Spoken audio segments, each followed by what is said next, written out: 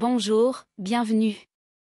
Avant de commencer, abonnez-vous à notre chaîne et laissez un cœur en commentaire sous cette vidéo.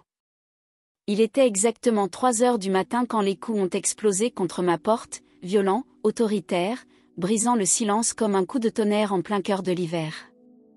J'ai ouvert en tremblant, encore en robe de nuit, le souffle court, croyant à un accident ou à une erreur, mais ce que j'ai vu a figé mon sang. 2 policiers, visage fermé, m'ont annoncé que j'étais en état d'arrestation. Je n'ai pas compris tout de suite ce qu'ils disaient, mais les mots « fraude » et « falsification de documents » m'ont frappé en plein visage comme une gifle glacée. Ils ont lu mes droits comme s'ils récitaient une leçon sans émotion, pendant que je restais figée, la gorge nouée par la peur. Une simple nuit ordinaire venait de basculer dans l'irréel, et ma vie entière allait imploser sans que je sache encore pourquoi. Je ne comprenais rien à ce qui se passait. Assise à l'arrière de la voiture de police, le regard perdu dans les reflets de la ville endormie, j'entendais les officiers discuter à voix basse, prononcer mon nom avec des termes insensés, société familiale, détournement de fonds, plainte interne. Comment était-ce possible? J'étais comptable, oui, mais je n'avais jamais rien touché sans autorisation. Tout semblait irréel, comme si ma vie m'échappait seconde après seconde. Quand on m'a annoncé qui avait déposé plainte, l'air s'est arraché de mes poumons. Antoine. Mon mari. Celui que j'avais soutenu dans toutes ses faillites, aimé malgré ses silences, accompagné dans la gestion de l'entreprise familiale. À ses côtés, j'ai vu Madame Lefebvre, sa mère, le regard levé vers le ciel, feignant la douleur. Leurs noms figuraient dans le rapport, leur signature, leur déclaration. Mon monde s'est effondré sans bruit. Je leur ai demandé pourquoi, supplié qu'on me laisse appeler quelqu'un, prendre mes affaires, vérifier les accusations. Mais tout s'est passé vite, froidement. On m'a menottée dans mon salon comme une criminelle, sans même me permettre de mettre des chaussures. Mon téléphone est resté sur la table, mes clés, ma dignité. J'étais devenue une suspecte. Plus une épouse, plus une femme, plus une mère. Au commissariat, on m'a poussée dans une cellule glaciale, sans couverture, sans oreiller, avec une lumière blafarde accrochée au plafond qui ne s'éteignait jamais. L'air sentait l'humidité et le désinfectant, mes bras portaient encore la trace des menottes. J'ai tenté de comprendre, de me convaincre que c'était une erreur, un malentendu. Mais ce qui m'a hanté, c'était l'image d'Antoine, son calme, son silence.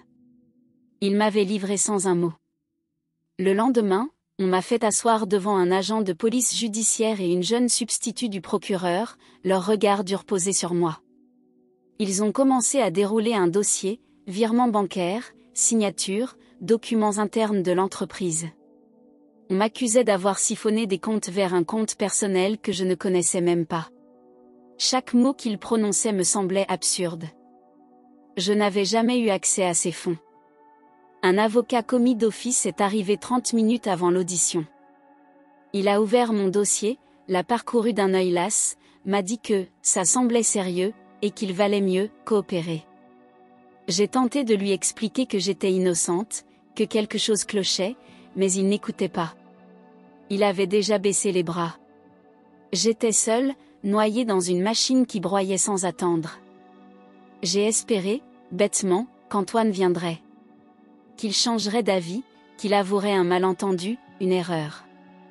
Mais il n'est jamais venu. À la place, sa mère s'est présentée, digne, les lèvres serrées, pour déclarer que j'avais changé, que je gardais des documents suspects dans mon sac, que j'étais agitée ces derniers mois. Tout sonnait faux. Mais la police la croyait. En moins de 2 semaines, on m'a convoquée devant le tribunal correctionnel de Lyon.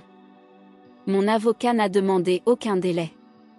Le juge, les assesseurs, les greffiers, tout semblait déjà préparé, décidé. Les pièces à conviction ont été présentées sans contestation. Personne n'a mentionné les contradictions, ni l'absence de preuves directes. J'assistais à ma propre chute, impuissante, comme spectatrice d'un naufrage programmé. Le verdict est tombé en moins de 10 minutes, 2 ans et demi de prison pour fraude et falsification. Je suis restée droite. Je n'ai pas pleuré, pas crié, pas supplié. À l'intérieur, tout était mort. Mon cœur battait lentement, mécaniquement, comme si mon corps refusait encore de croire ce qui venait d'arriver. Le silence dans la salle d'audience m'a achevé. On m'a permis de le voir 1 minute avant qu'on m'emmène. Il avait 8 ans. Il m'a regardé avec des yeux remplis de larmes, la gorge trop nouée pour parler. J'ai voulu lui dire que tout irait bien, que je reviendrais vite, mais aucun mot ne sortait. Quand l'agent l'a éloigné, il s'est mis à pleurer si fort que j'ai cru m'écrouler. Ce moment m'a détruite plus que la condamnation. Le transfert vers la maison d'arrêt de Corba s'est fait dans un fourgon sombre, les poignets menottés, la tête baissée. À l'arrivée, on m'a remis un sac avec quelques affaires de toilette, puis dirigé vers une cellule partagée qui sentait le désinfectant et l'humidité. Les murs étaient jaunis, la lumière crue ne laissait aucune ombre pour se cacher. J'ai serré mes bras contre moi, tentant de rester debout, de ne pas flancher. Ce n'était plus une erreur judiciaire, c'était ma nouvelle réalité. Chaque jour commençait trop tôt, entre les cris des surveillantes et le bruit des serrures métalliques. Il fallait se lever, nettoyer, avaler un petit déjeuner tiède, participer à l'appel, obéir. Les repas se prenaient en silence, les regards se croisaient sans s'attarder. La nuit, impossible de dormir vraiment sous cette lumière qui restait allumée en permanence. Tout mon corps criait pour sortir, mais rien ne bougeait. Les jours passaient, tous identiques, sans une lettre, sans un appel, sans un visage familier. J'ai compris très vite que personne ne viendrait. Antoine m'avait effacé. Ma famille, mes amis, même mes collègues avaient disparu comme si j'étais morte.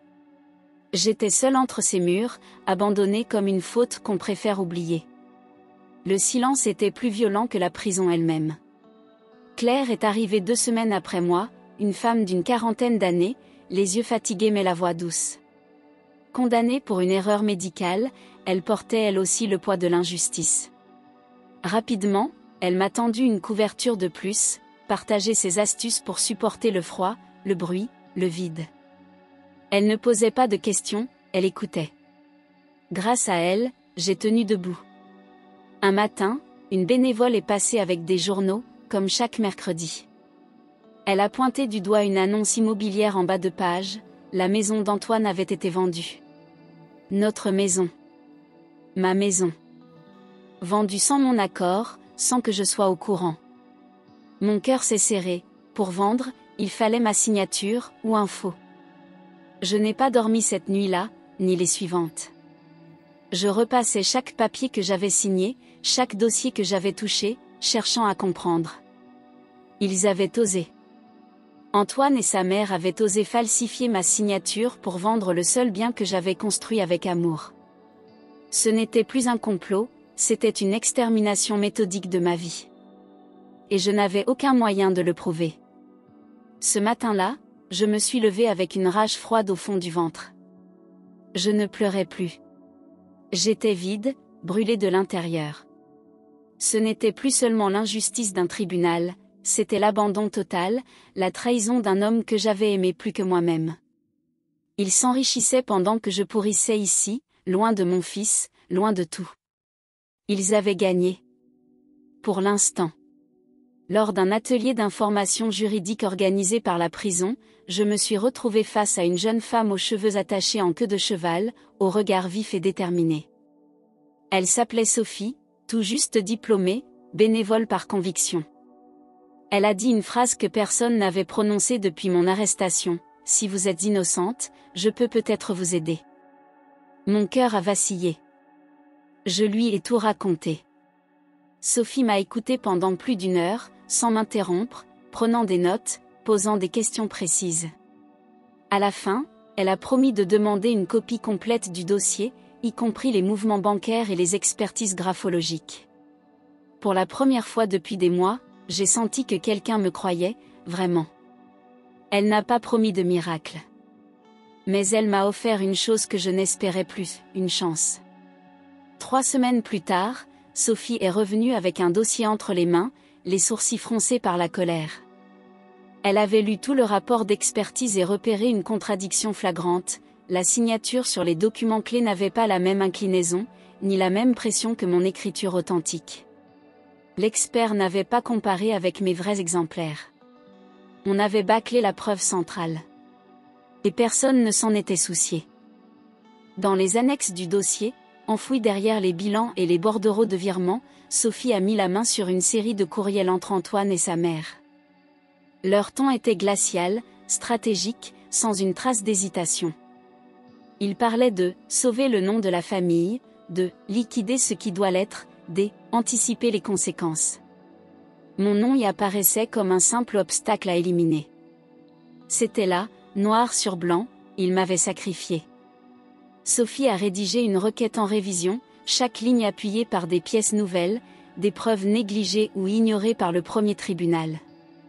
Elle l'a adressée à la Cour d'appel de Lyon, accompagnée d'une demande urgente d'examen. Je me rappelle de ces mots, cette fois, ils seront obligés de regarder. Je n'osais pas y croire, mais je l'ai laissé porter ce combat. Mon avenir était suspendu à ces pages. Les jours suivants se sont étirés comme des mois, la même cellule, les mêmes voix, les mêmes murs gris. Chaque matin, je regardais par la fenêtre haute de la cour, espérant voir arriver une réponse, un signal. Les surveillantes passaient sans me regarder. Claire me disait de tenir bon, mais l'espoir devenait douloureux. Vivre en attente, c'est survivre sans respirer. Un matin, une surveillante m'a appelé, « Ramasse tes affaires, tu pars au palais de justice. » Mon cœur s'est emballé, mes mains tremblaient. On m'a menotté comme à la première fois, mais cette fois, j'avais une avocate, une voix, une chance. Le fourgon a roulé longtemps, les yeux collés à la vitre, j'ai revu Lyon défiler comme un souvenir perdu. J'étais prête à parler. À tout dire. Dans la salle d'audience, l'expert graphologue convoqué par Sophie a déposé calmement son analyse. Il a pointé les divergences précises, la courbe des lettres, la pression du stylo, les différences d'inclinaison. Il a conclu que la signature figurant sur les documents incriminés n'était pas la mienne. La salle est restée silencieuse. Pour la première fois, le doute s'installait ailleurs que dans mon cœur. Ma belle-mère a été appelée à la barre. Son visage était pâle, ses mains tremblaient. Elle a bafouillé, confondu des dates, affirmé avoir vu des papiers que le dossier prouvait inexistants à l'époque. Le juge l'a interrompu à plusieurs reprises, notant les incohérences. Même les avocats de la partie civile semblaient perdre pied. Son masque d'autorité fondait sous la vérité. À la fin de l'audience, le juge a pris la parole, solennel. Il a reconnu l'apparition d'éléments nouveaux et ordonné ma libération immédiate, sous révision du jugement. Je suis sortie du palais de justice avec un sac plastique contenant mes effets, la tête vide, le cœur battant trop vite. Pas une joie. Juste une respiration. J'étais dehors, mais rien n'était encore terminé. Lyon m'a accueilli comme une ville étrangère. Les rues que je connaissais semblaient froides, distantes. Plus de maisons, plus de clés, plus de maris, plus de fils dans mes bras. Juste ce vide immense autour de moi, comme une mer calme mais sans rivage. J'étais libre, oui. Mais libre dans le néant. Une association, contactée par Sophie, m'a offert un studio social, petit mais propre, avec un lit, une table et une douche chaude. La première nuit, j'ai dormi habillée, les bras serrés contre moi, incapable de croire que personne n'allait me réveiller, me compter, m'enfermer. C'était modeste, fragile, précaire. Mais c'était à moi. Un toit libre, un silence qui ne faisait plus peur. Sophie ne s'est pas arrêtée. Tandis que je reprenais mon souffle, elle poursuivait ses recherches, ses appels, ses demandes de documents bancaires. Et un jour, elle a découvert des virements récents, effectués depuis un compte conjoint appartenant à Antoine et Madame Lefebvre. Des sommes importantes, liées à la vente de la maison. La vérité s'accélérait. Ils avaient tout organisé. Et laissé des traces.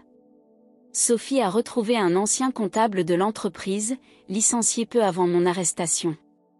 Lorsqu'elle lui a présenté les documents falsifiés, il a baissé les yeux, puis avoué qu'Antoine lui avait ordonné de modifier certains bilans.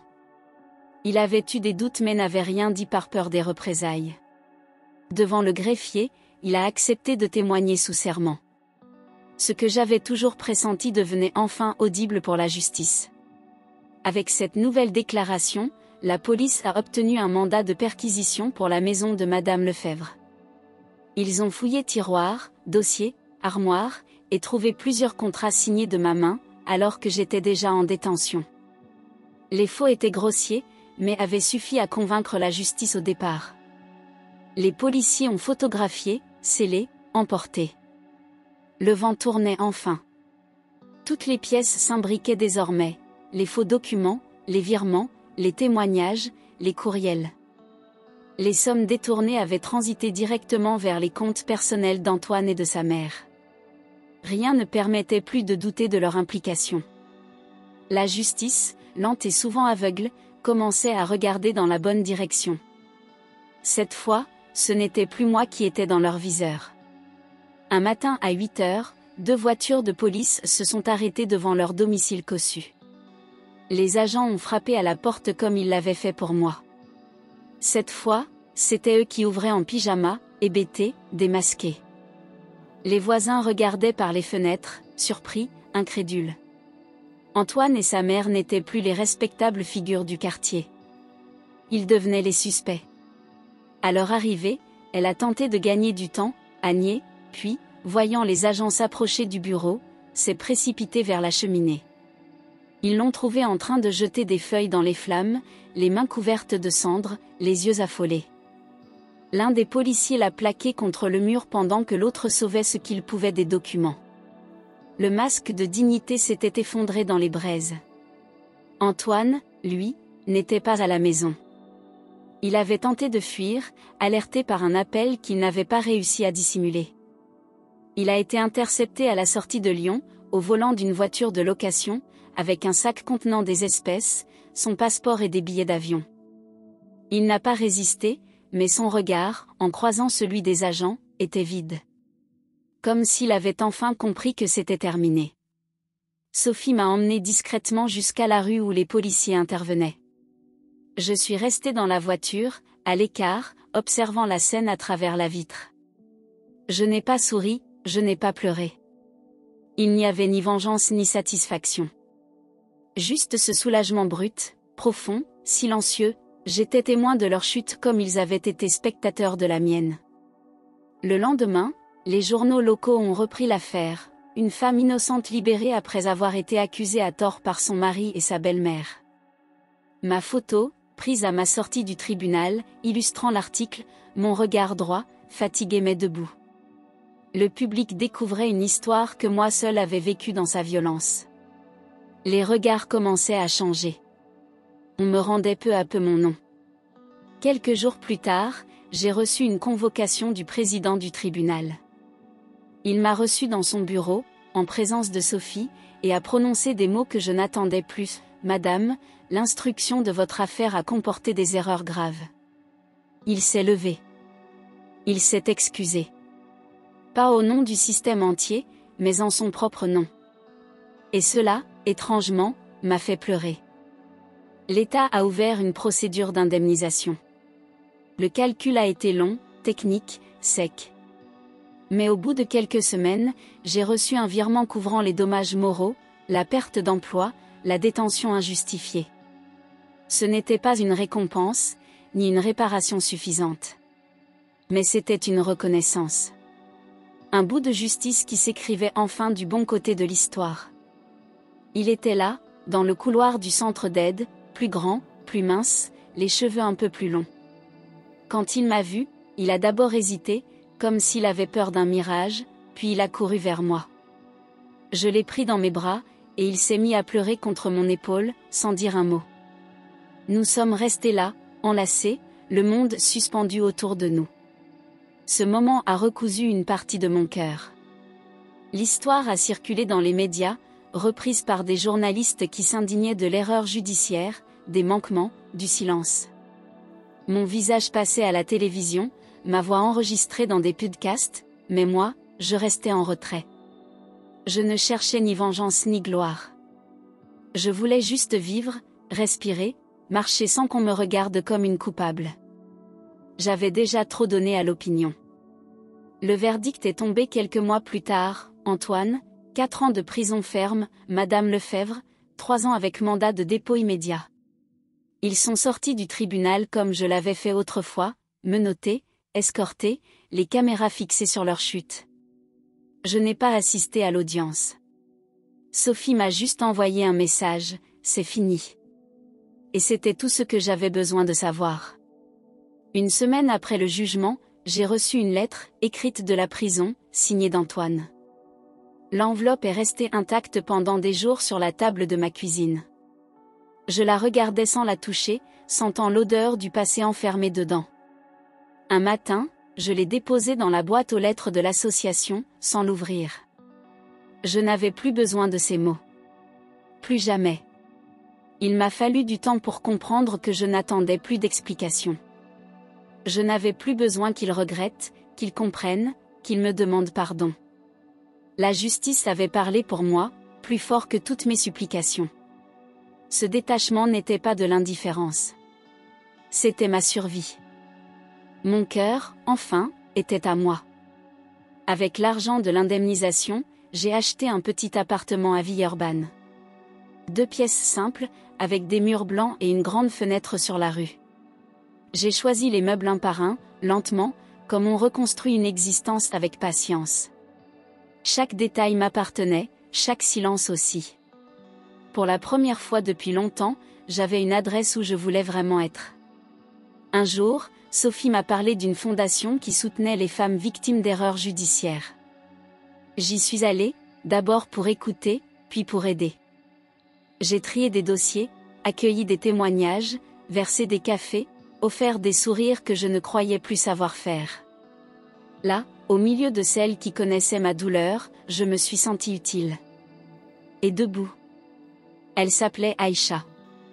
Elle sortait de prison après un non-lieu, l'air perdu, le regard fuyant. Je lui ai pris la main sans parler, et elle a fondu en larmes. Dans son regard, j'ai vu mon propre reflet, celui d'avant, brisé, abîmé. Ce jour-là, en la serrant contre moi, j'ai souri pour la première fois sans douleur.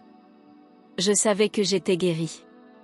Au tribunal civil, j'ai demandé à changer de nom. Retirer celui d'Antoine, ajouter le nom de jeune fille de ma mère, celui qu'elle avait porté fièrement jusqu'à la fin. Le juge a approuvé sans discussion, et quelques semaines plus tard, mes papiers sont arrivés. C'était un simple document, mais j'ai pleuré en le tenant. Ce nom, c'était ma renaissance. Un matin, la bénévole de la prison, celle qui m'avait tendu le journal avec l'annonce de la vente, a sonné à ma porte. Elle m'a regardé longuement, puis a souri, je savais que vous alliez y arriver. Elle m'a tendu une boîte avec quelques lettres de détenus que j'avais aidés depuis. Ce jour-là, j'ai compris que ma souffrance avait laissé quelque chose de bon derrière elle. Une journaliste d'investigation a consacré un long article à mon affaire, retraçant chaque étape, chaque erreur, chaque silence coupable. Elle a donné un nom à l'injustice, un visage à la douleur, et soudain, mon histoire est devenue celle de beaucoup d'autres. Le ministère de la Justice a été contraint de reconnaître publiquement les fautes commises. On ne réparait pas le passé, mais on l'exposait enfin à la lumière. Je n'étais plus une ombre. Ce jour-là, en relisant mon témoignage dans le journal, j'ai senti un poids se détacher de ma poitrine. Ce n'était pas un pardon adressé à Antoine, ni à sa mère, ni même à la justice. C'était pour moi, pour la femme que j'avais été, celle qui avait cru, aimé, souffert.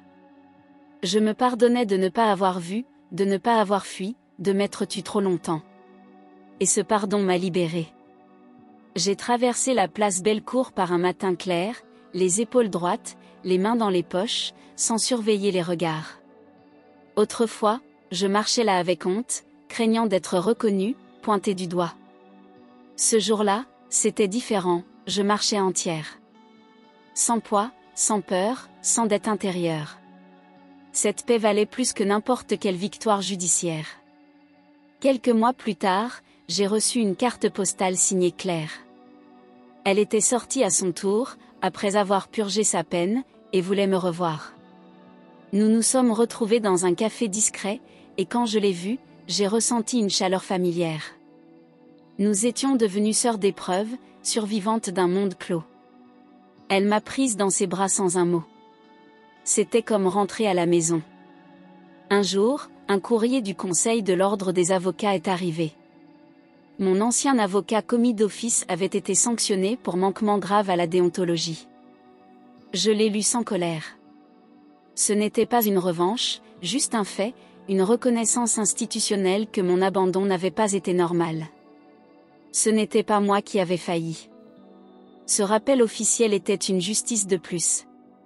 Peu à peu, une idée a grandi en moi, lente mais tenace, je voulais comprendre la loi, savoir défendre, protéger. Pas seulement les autres, moi aussi. J'ai parlé à Sophie, qui a souri avant même que je termine ma phrase. Elle m'a aidé à m'inscrire à l'université de droit, me disant, le système a besoin de voix comme la tienne. J'avais trouvé ma prochaine bataille. Le jour de mon inscription, elle m'attendait devant la faculté avec un café dans une main et un sac de livres dans l'autre. Elle m'a embrassée sur la joue comme une sœur, puis m'a dit en riant, « Bientôt, ce sera toi l'avocate. » J'ai ri aussi, mais avec les larmes aux yeux. Elle avait été ma lumière dans l'obscurité. Aujourd'hui, elle devenait mon mentor. J'ai commencé à travailler dans son cabinet, comme assistante bénévole, entre deux cours du soir. Je découvrais les dossiers avec une attention que personne ne m'avait jamais accordée à moi. Chaque cas me rappelait quelque chose, chaque silence dans les témoignages faisait écho au mien. Je n'étais pas encore juriste. Mais j'étais déjà une voix. Et elle comptait. Un soir, alors que je corrigeais des notes à la table de la cuisine, mon fils s'est approché, silencieux. Il m'a regardé longtemps, puis il a dit, « Maman, tu es la femme la plus courageuse que je connaisse. » Je n'ai pas répondu. J'ai simplement ouvert les bras. Il s'y est blotti comme quand il était petit. Ces mots, murmurés sans artifice, étaient ma plus belle victoire. Dans les jours qui ont suivi, j'ai appris par un courrier officiel qu'Antoine et sa mère avaient été transférés dans des prisons différentes. Je suis restée immobile en lisant ces lignes, m'attendant à une réaction, à une émotion. Mais il n'y avait rien. Ni joie, ni rancune, ni triomphe. Juste un silence neutre. La page était tournée. Parfois, la nuit, quand tout est calme et que mon fils dort paisiblement dans sa chambre, je ferme les yeux et je revois les murs gris de la cellule. Le grincement des portes, l'odeur métallique, les pas comptés. Mais ce souvenir ne me fait plus peur. Il me rappelle simplement d'où je viens, et ce que j'ai traversé. C'est là, dans cet endroit sans lumière, que je suis née une seconde fois. Un matin d'automne, j'ai reçu une notification officielle. La Cour avait ordonné l'effacement définitif de ma condamnation. Mon casier judiciaire était vierge. Ce document, sobre et impersonnel, signifiait pourtant tout. Ce n'était pas un retour en arrière, mais une réparation administrative de mon humanité. La justice m'avait enfin rendu à moi-même. Je suis allée au cimetière de la Croix-Rousse avec un bouquet de fleurs blanches et un petit mot plié dans la poche. Devant la tombe de ma mère, j'ai déposé les fleurs, puis je me suis agenouillée. « C'est fini, maman. Je suis libre », ai-je murmuré, la gorge serrée. Le vent a soufflé doucement dans les arbres. Et pour la première fois, je me suis sentie en paix. Ce soir-là, je me suis promenée seule sur les quais du Rhône, le ciel teinté d'orange, les reflets dorés sur l'eau calme. Chaque pas était une victoire silencieuse, chaque souffle une preuve de vie retrouvée. Je n'avais plus besoin de revanche ni de reconnaissance. Seulement de ce sentiment pur, immense, indiscutable, la justice finit toujours par arriver. Même quand elle prend son temps.